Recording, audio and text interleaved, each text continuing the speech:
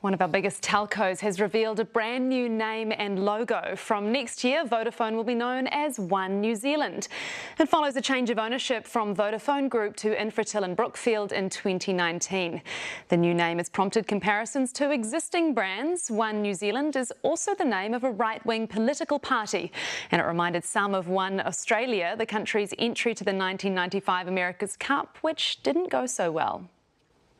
For more on this, let's bring in Bodo Lang, Associate Professor of Marketing at Auckland University. Hi, Bodo. Thanks for joining us. What do you make of this new One New Zealand brand? Look, I think it's a really exciting development because it shows us that in New Zealand we can sever our ties to multinationals. We can still use the infrastructure, but actually give it much more of a local flavor. And I think that's really exciting for us as New Zealanders. And I think the question will really be what sort of values can they infuse into the brand, and what will the brand stand for once it really gets off the ground. So apparently there's another TV channel out there with the same name, along with another few similarities. Do you think people are going to get confused? I think there's a little bit of likely confusion right at the start.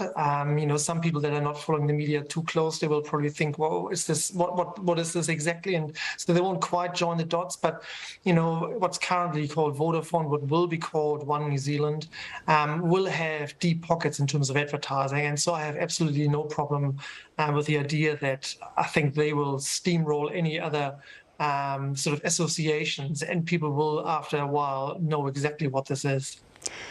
And how much research and development would have gone into this new look, and how much would it have cost?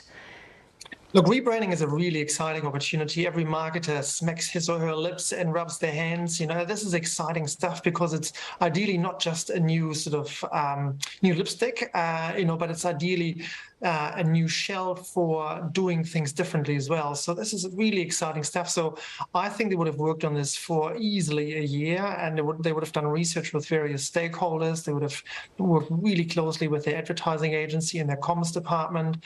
And then to really, find out, what can they do better than the competition, and how do we then distill those things into a brand and into its colors and into the design and into the communication that goes around it. So it would have been a huge project for them, research and a bit of branding and developing a website.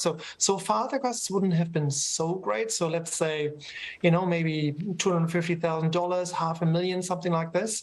But I think once you start advertising and really start pushing the brand name, then I think there will be more costs accumulating pretty quickly. Bodo Lang, thanks so much for your time tonight. My pleasure.